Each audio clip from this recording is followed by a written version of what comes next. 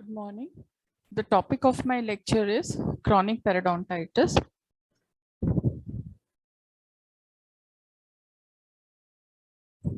Chronic periodontitis is defined as an infectious disease resulting in inflammation within the supporting tissues of the teeth, leading to progressive attachment loss and bone loss. It is also characterized by pocket formation and or gingival recession. Periodontal pocket formation is usually a sequel of the disease process unless gingival recession accompanies attachment loss, in which case pocket depth may remain shallow even in the presence of ongoing attachment loss and bone loss. So this definition outlines the major clinical and etiological characteristic of the disease, that is the microbial plaque formation, which is the etiology, periodontal inflammation, which results in periodontal inflammation, and there is finally loss of attachment and alveolar bone.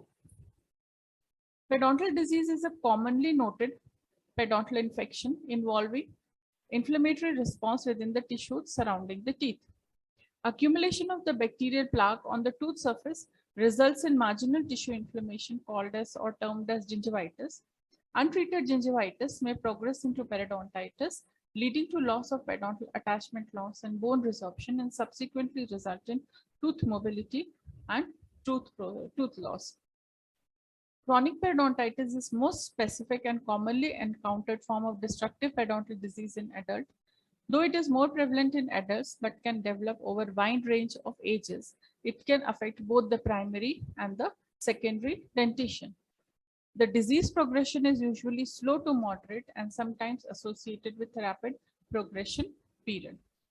So what we have read that periodontal disease or the chronic periodontal disease is the most commonly noted periodontal infection, which involves the which involves the inflammatory response of the periodontal structures, that is those structures surrounding the or the tissue surrounding the tooth.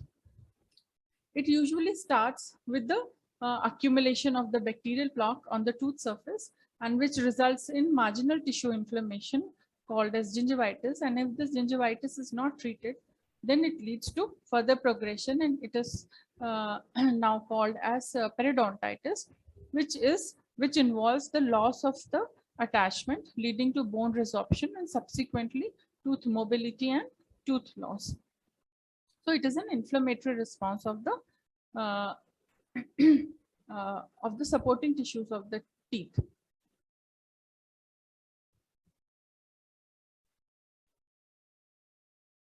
Now, periodontal pocket formation is usually the sequel of the disease process. So usually the common outcome is the formation of the periodontal pocket, which occurs due to attachment loss and bone loss. But there can also be another sequel, that is gingival recession may also occur. So whenever there is gingival recession, in this case, the pocket depth will be shallow. So the depth of the pocket will be shallow, but there will be recession, and this is also one of the characteristic sign of the periodontal disease, apart from the periodontal pocket. Disease progression is usually slow to moderate, but sometimes it may have a rapid progression rate. It usually affects the adults, but it can affect both the primary and the secondary dentition, and the major etiological factor in the initiation of the disease is bacterial plaque accumulation, which leads to inflammation in the gingiva. Now, classification of the periodontal disease, chronic periodontal disease. The chronic periodontal disease can be classified on the basis of the extent and the severity. What do you mean by extent? Extent means it is the number of the sites involved. Extent means till what extent or how many sites are involved by the disease process. So it is divided into localized periodontitis or the generalized periodontitis. It is called as localized periodontitis if less than or equal to 30% of the sites are affected. It is called as generalized periodontitis if more than 30% of the sites are affected. Now the severity. What is severity? Severity can be described for the entire dentition or individual teeth and sites. So severity means it can be related to individual teeth or certain sites, or it can be involving the entire dentition.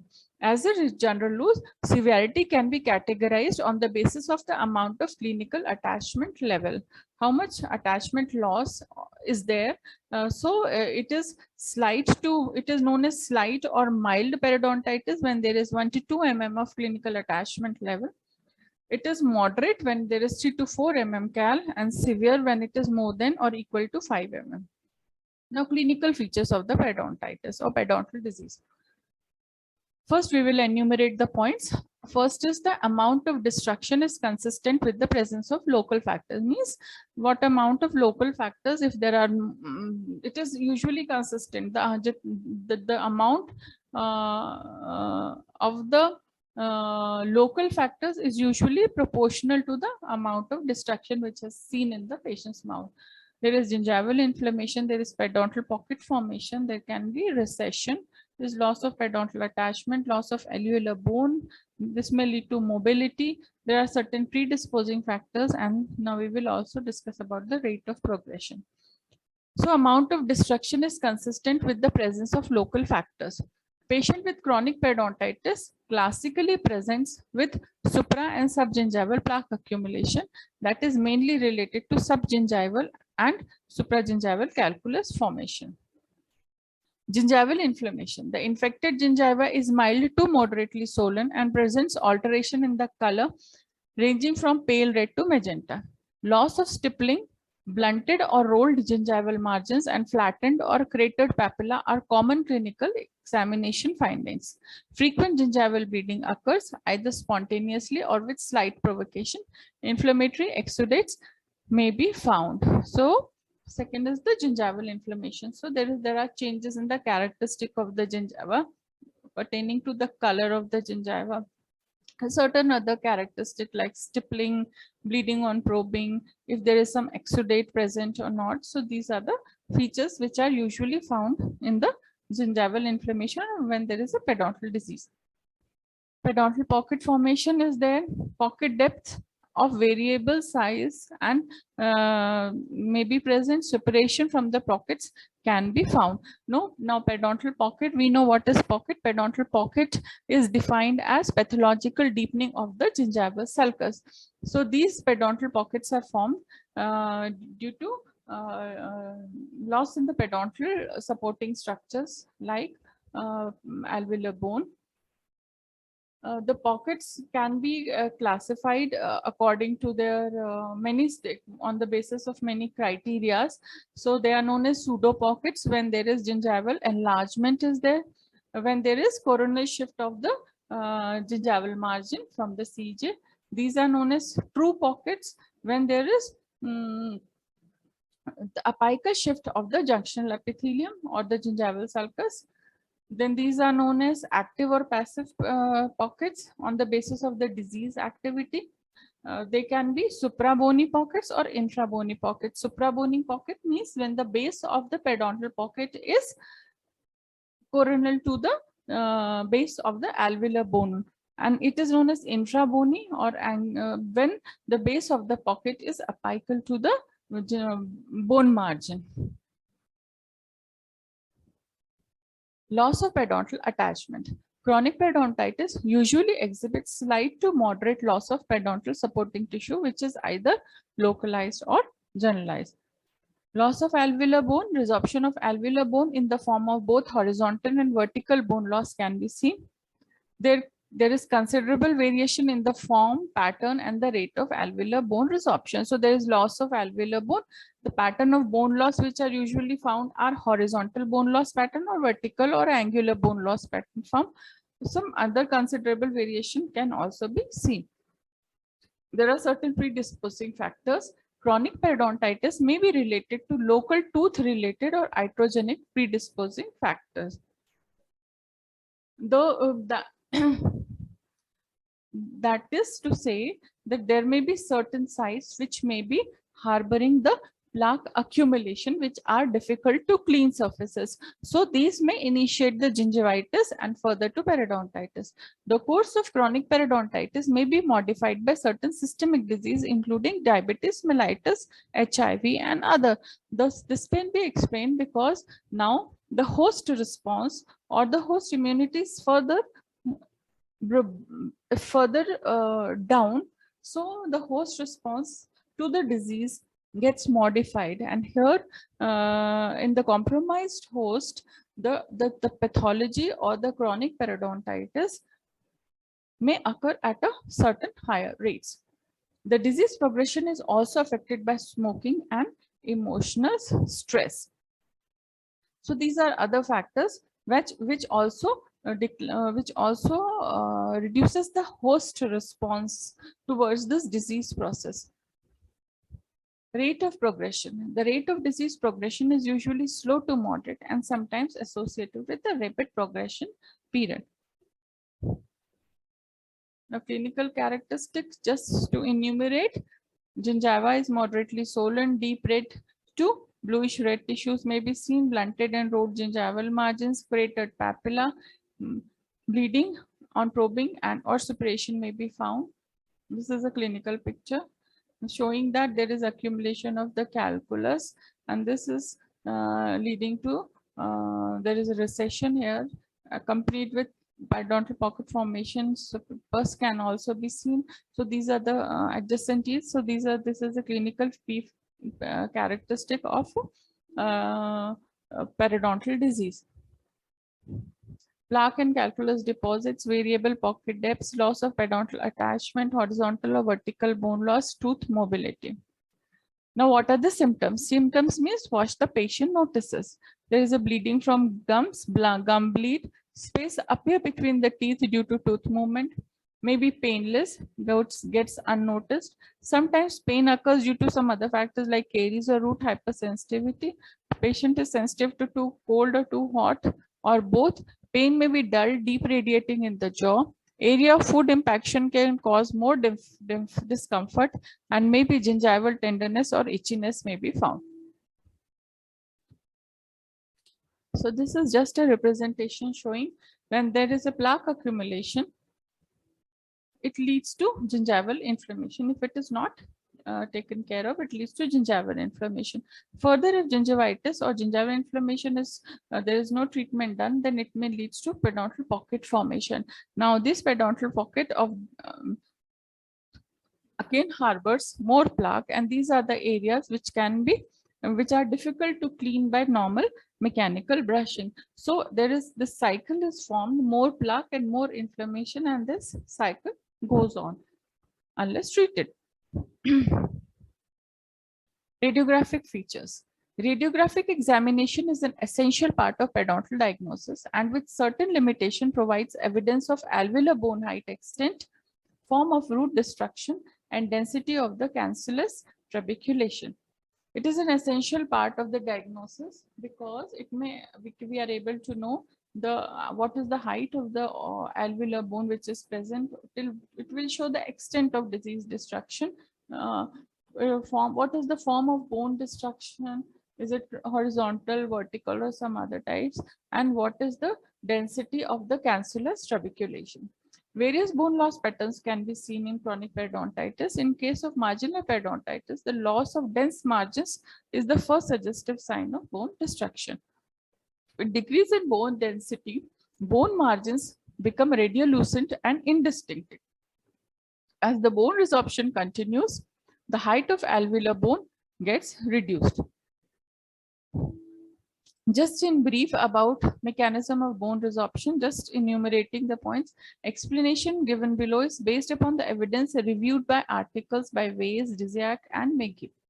Bone is continuously remodeled by the combined activities of osteoblasts and osteoclasts.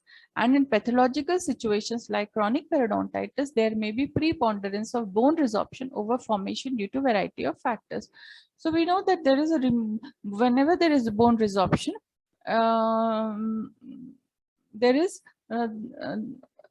again formation of the bone, and this is remodeled with the activities of the osteoblast and osteoclast. But in certain pathological situations, so there is always an equilibrium, to say there is always equilibrium between the loss of bone and the formation of the bone. But in certain pathological situations like chronic periodontitis, there may be preponderance, or means there may be more, there is more percentage of bone resorption over the formation of the bone due to a variety of factors. Bone resorption is probably the most critical factor in periodontal attachment loss, leading to eventual tooth loss. Substances are produced by the subgingival bacterial flora and tissues during inflammation and immune reactions, which may affect bone turnover by either causing the differentiation and stimulation of osteoclast or by inhibiting the formation of the osteoblast. So whenever there is these the factors which are released by the subgingival flora, bacterial flora, they induce inflammation. So immune reaction of the body is triggered. So this, whenever there is such situation, the immune reaction may affect the bone turnover by either causing differentiation or if there is more differentiation of the osteoclast, then there will be bone resorption. But or it can do one thing. Another thing is that it can inhibit formation of the bone by osteoblast. So it can affect in two ways. And the resultant will be, there will be loss of alveolar bone. Host and the bacterial factors involved in the bone resorptions are the substances which can induce resorption in the periodontal disease come from two sources, subgingival flora and the periodontal tissues. Bacterial factors, substances from bacteria include lipopolysaccharides, which are released from gram-negative bacteria, lipoticoic acid from Actinomyces viscosus, peptidoglycan, muramyl dipeptide, bacterial lipoprotein, and capsular or surface associated materials which are released from gram-negative bacteria. These are the certain bacterial factors which may trigger the immune responses. There are also differences in effect from different bacterial sources of these materials. For example, lipopolysaccharides from P. gingivalis is more active than those from AA, C. ochracia, or F. nucleatum. Some bacterial lipopolysaccharides, such as that from E. corrodens, are also release cytokines such as interleukin-1 and interleukin-6 from osteoblast and fibroblast, but most do not. However, lipopolysaccharide is known to activate the complement cascade by the alternative pathway, which generates prostaglandins. Now, the host factors includes the main host-derived bone resorbing factors appear to be eicosanoids and cytokines, which are generated in the gingiva and periodontium during inflammatory and immune reactions. So we have seen that certain, whenever there is plaque accumulation, the microflora from the plaque, they initiate the inflammation. Okay, now inflammation triggers the immune response. So whenever the immune response is triggered, in an attempt to fight over the disease, the body itself causes destruction. And in this, there are the two types of reaction may occur. Either there will be overproduction or stimulation of the osteoclast, or there may be inhibition of the osteoblast. So in both the cases, the bone loss will be there, and because osteoblast will be inhibited, there won't be any formation of the bone. So resultant will be, there will be loss in the bone. So there are certain factors, host and bacterial factors, which causes these reactions. So the substances which induce resorption of periodontal diseases comes from two sources, from subgingival bacteria and the periodontal tissues. So subgingival bacteria may, what all factors may cause, what all substances which are released by these bacteria induces resorption are lipopolysaccharides, lipoticoic acid, peptidoglycan. So these are the few things that are bacterial which are known as bacterial factors, which may come from these microorganisms from the subgingival plaque. Now, host factors include so certain things like host factors which causes immune response. They also releases substances like eicosanoids and cytokines, which are generated in the gingiva and periodontium. They, in response, protective response, causes destruction of the host itself. Prostaglandins ecosatatrionic acids and leukotrienes are inflammatory mediators which are derived from cell membrane phospholipids by the action of cyclooxygenase and lipooxygenase on arachidonic acid.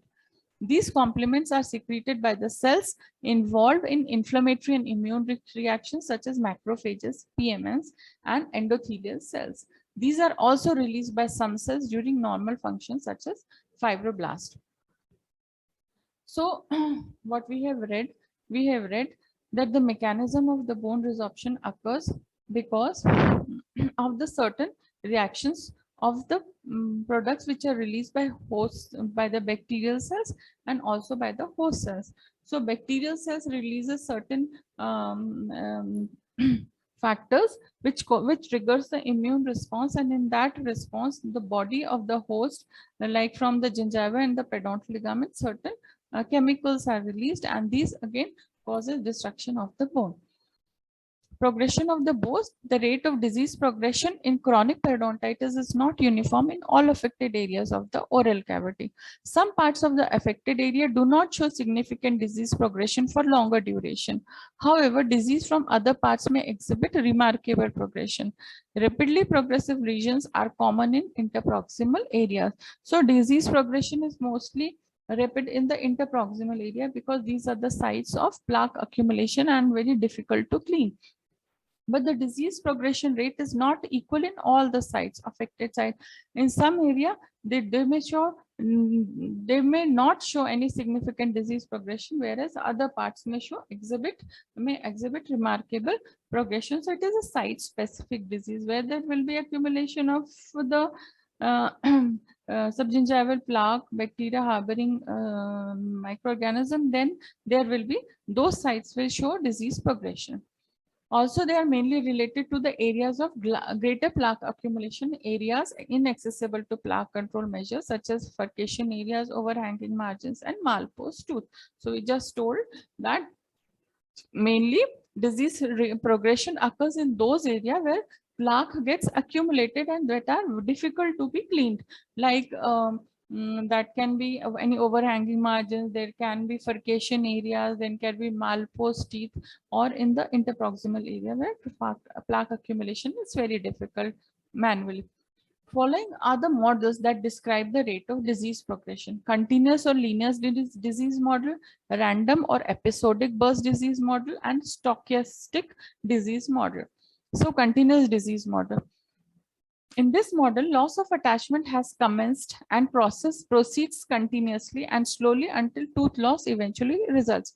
This says that once the disease has occurred, it will go on until there is a tooth loss. Linear correlation between age and loss of attachment support concept of gradual discussion. They say there is a linear correlation between the age, and with the age there is similarly with the age there is increased loss of attachment and further gradual destruction.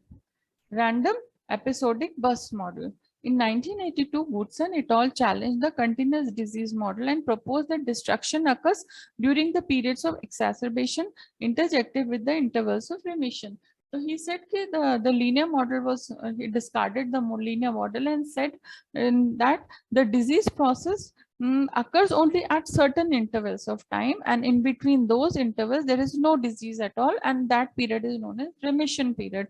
So there is no disease activity in remission period. But when there is disease activity or exacerbation is there, the breakdown occurs in the recurrent acute episodes or burst activity over a short period of time interspersed with the period of quiescence. So whenever there is disease progression going on, there is destruction occurs. Now, third is stochastic disease model. In 1989, Manji and Nagelkerker proposed stochastic model for periodontal breakdown that essentially combines both of the above model. They suggested that as well as an underlying slow continuous breakdown, the progression rate of which depends upon the host sites, some sites of the individual are also undergoing random burst of activity as a result of combination of the biological events. Now we go to the risk factors. Prior history of periodontitis. So if a patient gives a previous history of periodontitis for which he was treated, previous history of periodontitis enhances the risk for further loss of tooth attachment and bone destruction due to bacterial plaque. It is not true risk factor for the disease development, but act as a disease protector. So it is not a true risk factor, but we can predict that if a person is having a previous history of periodontitis for which he was treated, so there are chances that there can be further loss of attachment or disease progression may occur here again. This means that patient with pocket attachment and bone loss will continue to lose periodontal support if not successfully treated. Bacterial risk factors. Plaque accumulation on the tooth and gingival surfaces at the dentogingival junction is considered as primary initiating agent in the etiology of chronic periodontitis. So plaque accumulation is the primary etiological factor. Specific microorganism has been identified as potential periodontal pathogens. However, only the presence of periodontal pathogens is not sufficient to propagate the disease. Microbial plaque is an important factor initiating the inflammation of periodontal tissues. Additionally, progression of gingivitis to periodontitis mainly induced by host-based risk factors. So there are certain risk factors like host response is very also important. In some cases, patient of gingivitis doesn't proceed to periodontitis also, even if they have a huge amount of deposition of the plaque and calculus. So it is a host response is also an important, whereas in some patients, even minor or minimal deposits may initiate destruction of the periodontal, severe destruction of the periodontal attachment apparatus. So it is basically the host response, which is also a risk factor. Microbial biofilms of particular composition will initiate chronic periodontitis in certain individuals whose host response and cumulative risk factor predispose them to periodontal destruction rather than to gingivitis. Prevalence. Chronic periodontitis increases in prevalence and severity with the age. It affects both the sexes equally. It is an age-associated, not an age-related disease. Means it is an age-associated because it is not that age-related. Means if a person age-related means it starts after certain age. No, it is not like that. It is not age-related. It can occur at any age, but it is age-associated, which means with the growing age, mostly there is a bone loss, there is a recession which occurs with the age, and number of plaque accumulating sites increases, and certain other things also, certain risk factors are also added up. So with the age, mostly this disease is usually found at a later age of the life. Systemic factors. The rate of progression of plaque-induced chronic periodontitis is generally considered to be slow.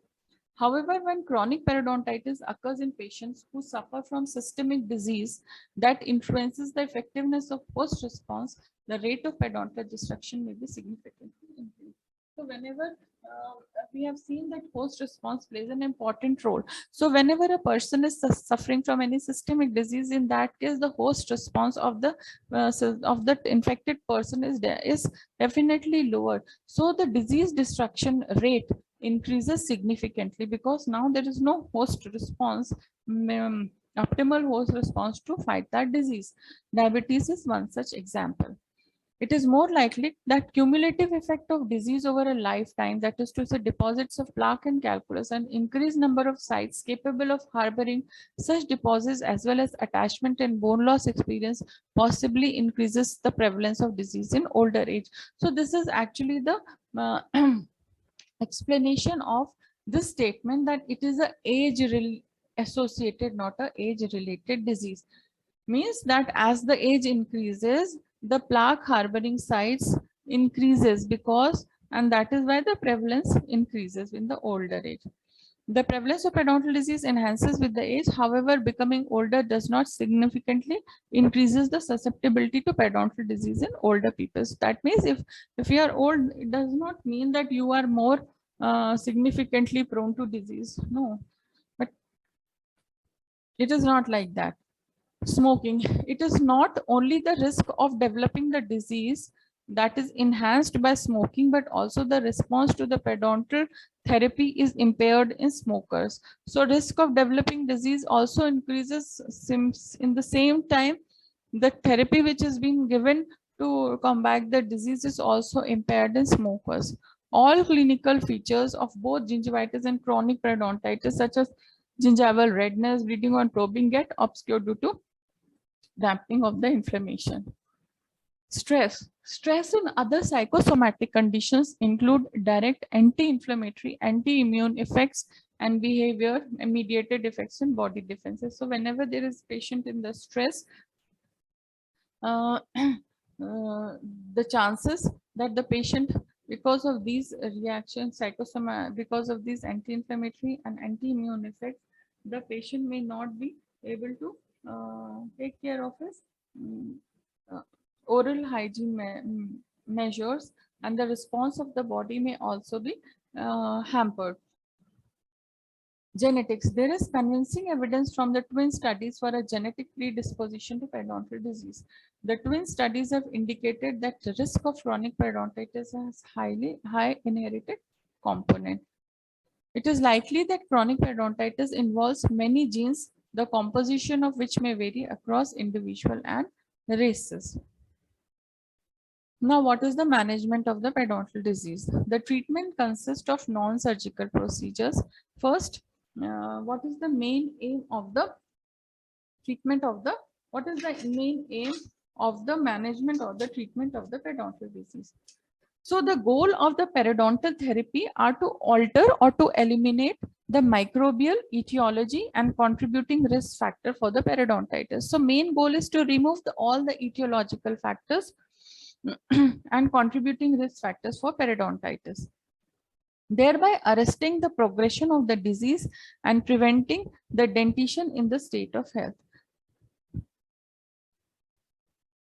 So our goal is to remove these or eliminate these microbial factors or the etiological factors, and thereby arresting the progression of the disease and preventing the dentition, preserving the dentition and the state of the health. Comfort and function with appropriate aesthetics and to prevent the recurrence of the periodontitis. So this is our main goal. In addition, regeneration of the periodontal attachment apparatus, where indicated, may be attempted. Clinical judgment is an integral part of the decision making. Many factors affect the decision for the appropriate therapies and the expected therapeutic results. Patient-related factors include systemic health, age, compliance, therapeutic preferences, and patient's ability to control plaque. So there are certain factors which are related to the patient, and these includes what is the systemic health of the patient, what is the compliance, means how much the patient is as interested, how much cooperation he will give, what will be the therapeutic preferences, and will the how much is the ability of the patient or willingness of the patient to control the plaque. Other factors includes the clinician's ability to remove subgingival deposits, restorative and prosthetic demands, and presence and treatment of the teeth with more advanced chronic periodontitis. So, treatment considerations for patients with slight to moderate loss of periodontal therapy are: first, the patient is asked to go for non-surgical procedures. Non-surgical procedures or phase 1 therapy, or in which the scaling and the root planing and the curettage may be done.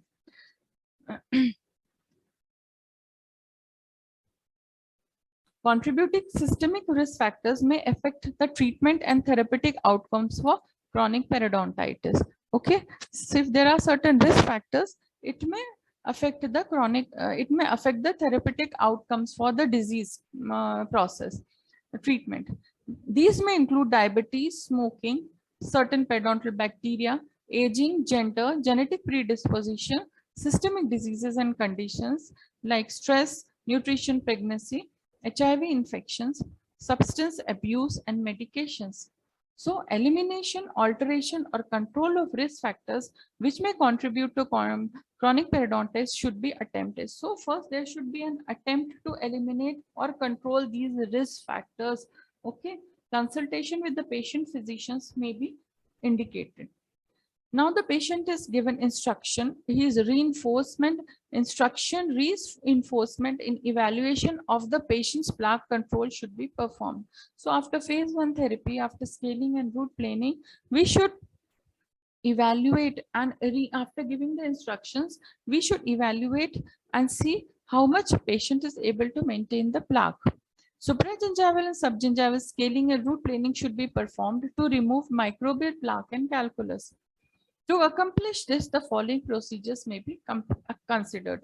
Removal or reshaping of the restorative or the overhanging margins and over-contoured crowns. So after this, not only the supragingival scaling and root planing should be performed to remove the plaque and calculus, but other sites which are harboring the plaque may also be considered. So if there is any chances of if there are any overhanging margins or over contoured crowns are present, they should first be reshaped or removed. Correction of any ill-fitting prosthetic appliances is there, it should be taken care of. Restoration of carious lesions, tooth movement, odontoplasty, minor orthodontic tooth movement, restoration of the open contacts which have resulted in food impaction, treatment of occlusal trauma. So treatment of these are the factors which may be harboring the plaque, which is difficult to clean. So these things can this thing can also should also be corrected if present apart from scaling and root planing. Okay. Antimicrobial agents or devices may be used as an adjunct if it needed. Evaluation of the patient's initial therapy outcomes should be performed after an appropriate interval for resolution of inflammation and tissue repair. So after we have done the phase 1 therapy or the scaling and root planing, diet counseling, patient instruction, how to maintain the plaque control, if any further things were required for the correction of plaque retentive area which was done, then now a patient, after doing all these things, a patient's evaluation of the initial therapy's response is a must. So after an appropriate interval of time, so that the time for resolution of inflammation and tissue repair is given, the patient's periodontal examination and re-evaluation is performed with again relevant clinical findings and are documented in the patient's record. So after maintenance phase, patient again recalled after a particular interval of time and see again recorded with all the parameters, and these are compared to the initial documentation which was done when the patient has come. It is used to assist in determining the outcome of initial therapy as well as the need and for the type of the further treatments. It will also tell us about if there is some further treatment required or this treatment was enough and the tissues have reached to their health. Okay. For the reasons of health, lack of effectiveness or non-compliance with the plaque control patient desires or therapist decision, appropriate treatment to control the disease may be deferred or declined. If the results of initial therapy resolves the periodontal condition, periodontal maintenance should be scheduled at appointed intervals. If the initial therapy has resolved all the signs and symptoms, then patient should be kept under scheduled appointed appropriated intervals. If the results of the initial therapy do not resolve the periodontal condition, periodontal surgery should be considered to resolve the disease process and to correct the anatomic defects if they are present. Periodontal surgery is the second phase or the surgical procedure. A variety of surgical treatment modalities may be appropriate in managing the patient. So gingival augmentation, if there is recession, regenerative therapy, bone replacement with the grafts, guided tissue regeneration, combined regenerative surgery, resective therapy, flaps with or without osseous surgery, and gingivectomy. These are the few surgical options which and when needed. So regenerative therapy is mostly given performed in angular bone loss defects or intrabony defects.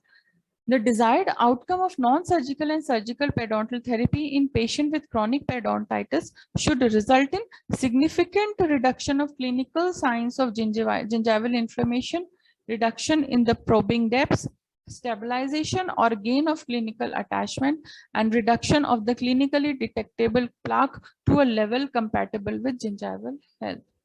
So if the treatment has been done, now there should be a significant reduction in the clinical signs and symptoms of gingival inflammation. There should be reduction in the pocket depth. There should be stabilization or gain in the clinical attachment level, and reduction in the detectable amount of plaque.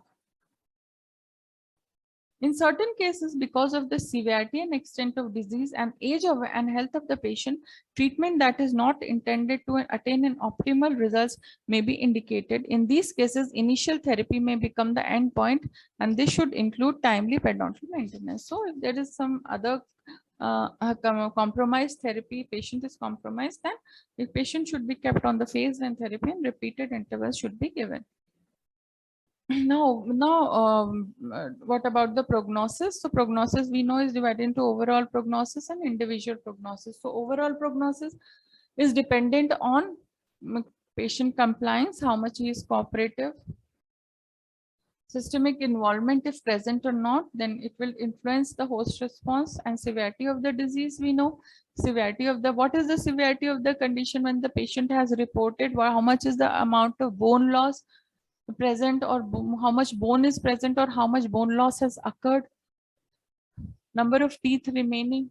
So these are the factors which may include the overall prognosis. If the patient is willing, he will cooperate in plaque control. If there is no systemic involvement, there is this mild, it is a mild form of disease, and number of teeth, quite number of teeth are remaining, then the prognosis will be good. Whereas if the patient compliance is good, but there is a systemic involvement which is uncontrolled, like uncontrolled diabetes is there, if there more than 50% of bone loss is there, less number of teeth are remaining, then the more prognosis may be poor or questionable. Prognosis of individual teeth is dependent upon the attachment level and bone height. If we're talking about, we have to also talk about the prognosis with respect to the individual teeth. So in individual teeth, what is the attachment level? What is the bone height that is present at the time of the patient reporting? What is the status of the adjacent teeth?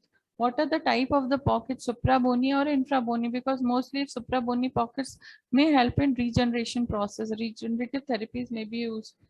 If there is furcation involvement, to what extent, what class the furcation involvement is there. So it will indicate the severity of the tooth disease. Root resorption, if present or not. So these are the factors which may tell the prognosis, or which may decide the prognosis of the individual teeth. So taking care of, taking in consideration in the prognosis, the treatment plan is then charted out. So that was all about chronic periodontitis. I hope you could understand